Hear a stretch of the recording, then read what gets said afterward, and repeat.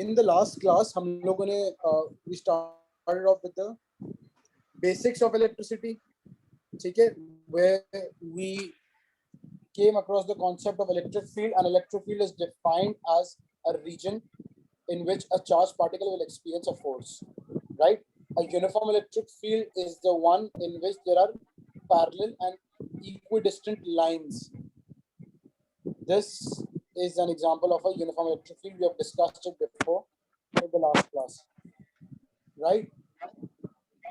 In a uniform field, a charged particle experiences the same force irrespective of its position. Whereas in a non-uniform electric field, the field lines are neither parallel nor equidistant apart. Therefore, force experienced by a charged particle is in a non-uniform field depends on its position. If it is close, let's say if a charged particle is close, right, it will experience a greater force. Whereas if it is a little far off, it will experience a lesser force.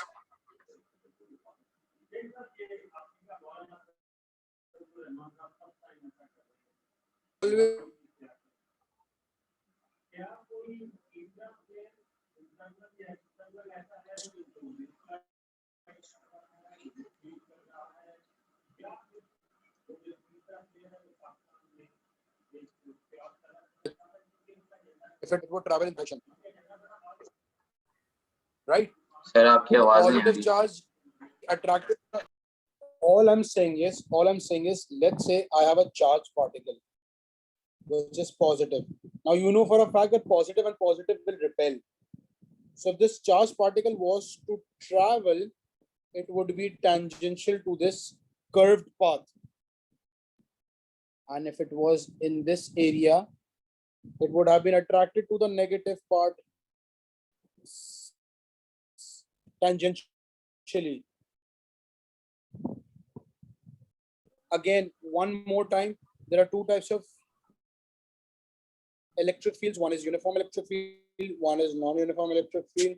Uniform electric field will have field lines parallel and equidistant apart, and therefore the force at every point is the same.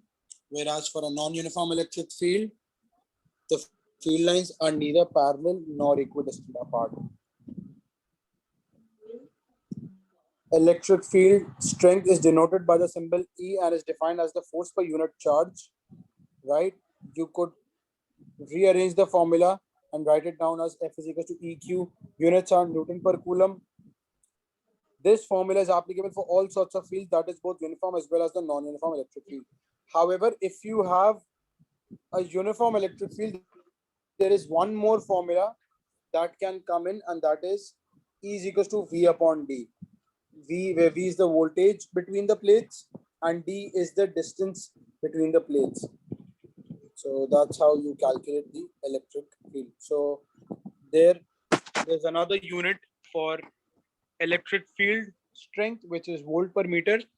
In exams, they often ask you what is the defining unit for electric field strength, and that is Newton per Coulomb, because electric field strength is defined as the force per unit charge and not the voltage per unit distance. This is a derived formula, and therefore the units are also derived. Please understand that electric field direction will always be from a higher potential, that is the positive potential, towards the lower potential, which is the negative potential. Electric field is classified to be a vector quantity simply because the direction matters. Let's say, by the way, these data values are provided in the data booklet. Let's say I have two plates. There's a potential difference of 400 volts between these plates, and the plates are separated by 5 centimeters. You're first asked, calculate the electric field strength. E is equal to V upon D, where V is the value of voltage between the plates, which is 400 volts. The distance is 5 divided by 100. which is 0.05, and therefore 8000 volt per meter is my electric field strength. They further ask you to calculate the force exerted, F is equals to EQ. You are provided with the charge of the electron value. You just calculated the electric field strength, and therefore you can work out the force. Let's say you have the force now. They can ask you to calculate the acceleration. You could simply apply F is equals to ma. However, here they first ask you to calculate the work done on an electron as it travels from A to B. An electron, when escaped here, started to move towards B, right? So they're asking you what is the work done. Please understand that there's a formula. By the way, from O levels, you know that work done is equals to force into displacement. You have the force value, you have the displacement, you could simply multiply the two, right? There's a better approach to this part, which is there's another formula called voltage is equals to work done upon charge, right? This is an important formula. Work done can be equated. You simply needed work done, so you could make that the subject of the formula. You have the voltage value, you could put in the charge value. Why is this a better approach? I'll tell you after this part. They're asking you calculate the final speed with which the electron reaches plate B. Simply work out the acceleration, which was this value. V squared is equal to U squared plus 2AS. And therefore, you got the final velocity value. Now you need to understand one thing, that this entire thing could be worked off using this formula again. Voltage is equal to work done upon charge. Work done was equated to kinetic energy.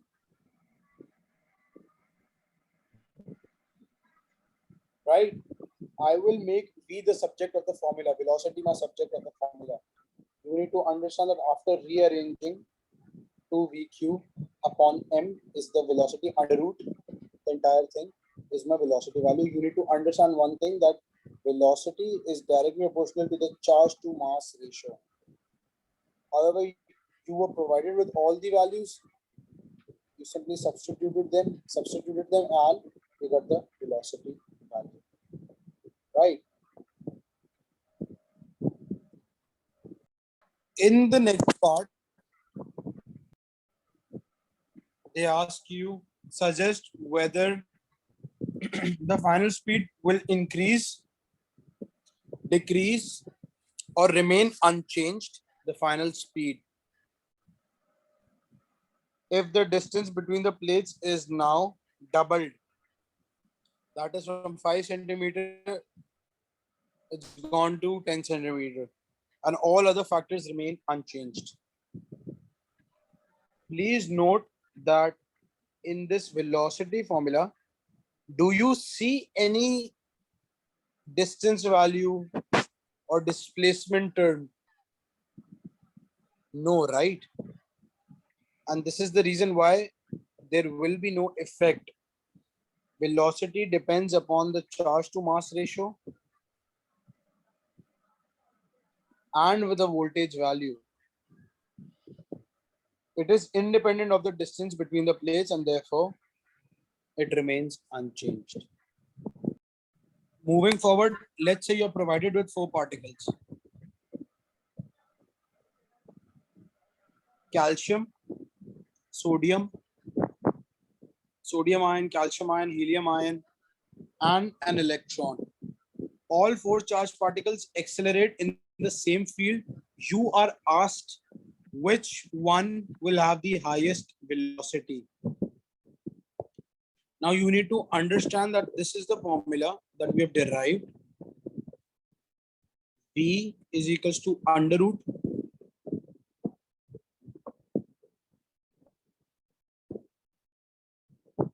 you know for a fact that you have the charge. You plug in each value. You have the charge for calcium. You have 2 plus as your charge. your mass is 40. Similarly, you repeat the entire process for sodium, plus 1 charge divided by 23, helium 2 plus charge divided by 4. For electron,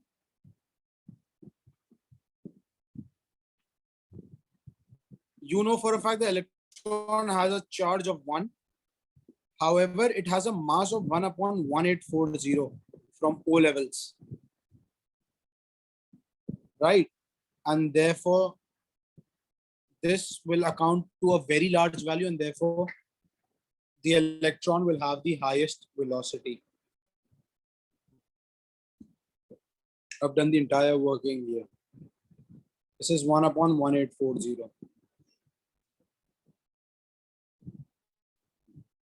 Moving forward, they ask you for maximum momentum. Momentum is mass into velocity. You need to understand that velocity we worked out as this as the formula 2vq upon m.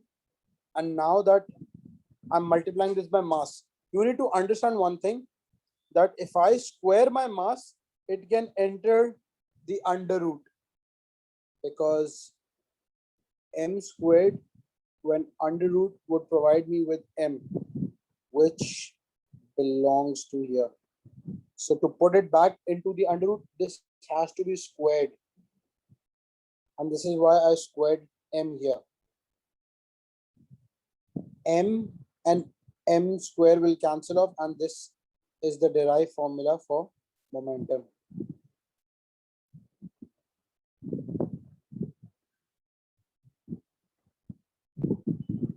You will understand that momentum is directly proportional to the charge to mass. Now you simply multiply each charge by each mass, and therefore calcium will have the maximum momentum. Next part, they ask you sketch a graph to show how velocity of electron varies with time. For sketching, you need to understand that you are asked about velocity with time. Please refer to the question again and check. Initial velocity is 0, right? So according to the formula, because you are asked to plot velocity against time, right? Your u becomes 0. So velocity is equals to at. This goes on your y-axis. This goes on your x-axis. You need to understand that your gradient will provide you with the value of the acceleration. And since this is satisfying y is equals to mx, it would be a straight line through the origin, because there is no c value or the y-intercept value. By the way, this is without air resistance. Okay. We weren't told about air resistance, so we are ignoring it. You're moving forward, you're asked about velocity midway between the plates A and B. Midway between the plates A and B, you need to understand that your distance would be 2.5, right? You're simply using v squared is equals to u squared plus 2as.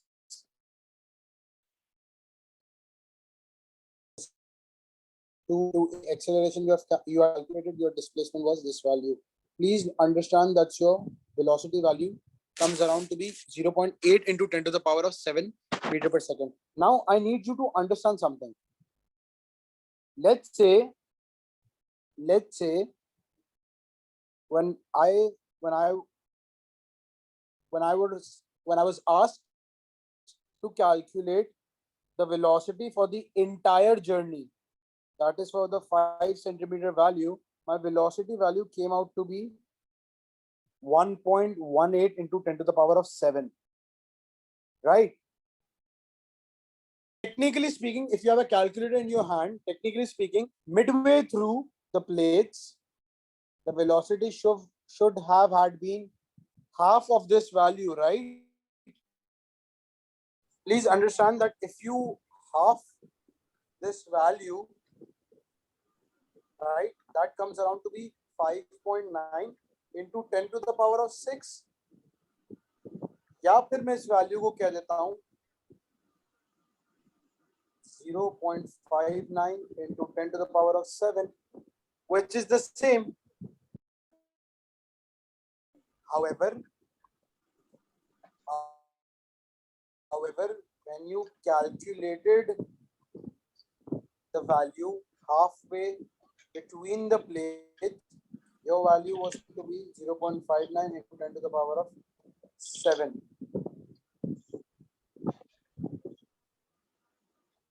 Right? However, the value here is coming around to be 0.8 into 10 to the power of 7, right?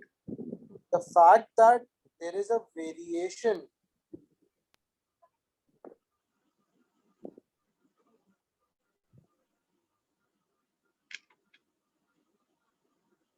the velocity was greater than what it should have had been. Meaning to say the gradient has reduced, so the body has decelerated. And therefore, it won't be a straight line, it would be a decreasing gradient curve. If you need a shortcut for it, you have the equation v squared is equal to u squared plus 2as. We're cancelling off u squared is direct equals to s. Plot this on y-axis. You plot this on x-axis. Y is equals to y square is equals to x is this graph. It actually goes around like a curve, but the fact that we are considering only positive axis, so this won't be accommodated.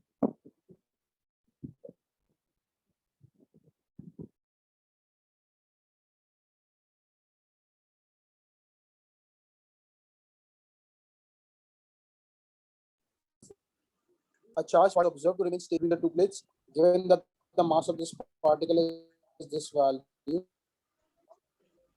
right? Reduce the sign of this charge. Now, this is the diagram. The charged particle is made to be stationary between the two plates. You need to understand that when the particle is between the plates, meaning to say it's somewhere lying stationary in the air. For that, there should be a downward force which is counterbalanced by an upward force. The downward force is definitely the weight of the particle, right? And the weight should be counterbalanced, right? You need to understand that the plate above is a positive plate.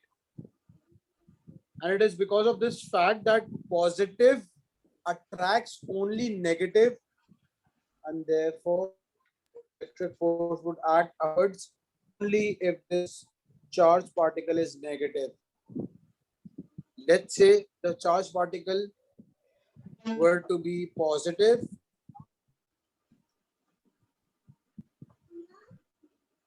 downward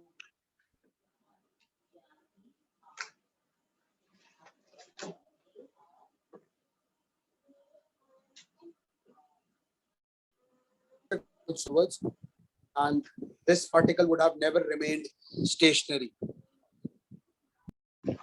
In the next part, they ask you to determine the magnitude of charge that it carries.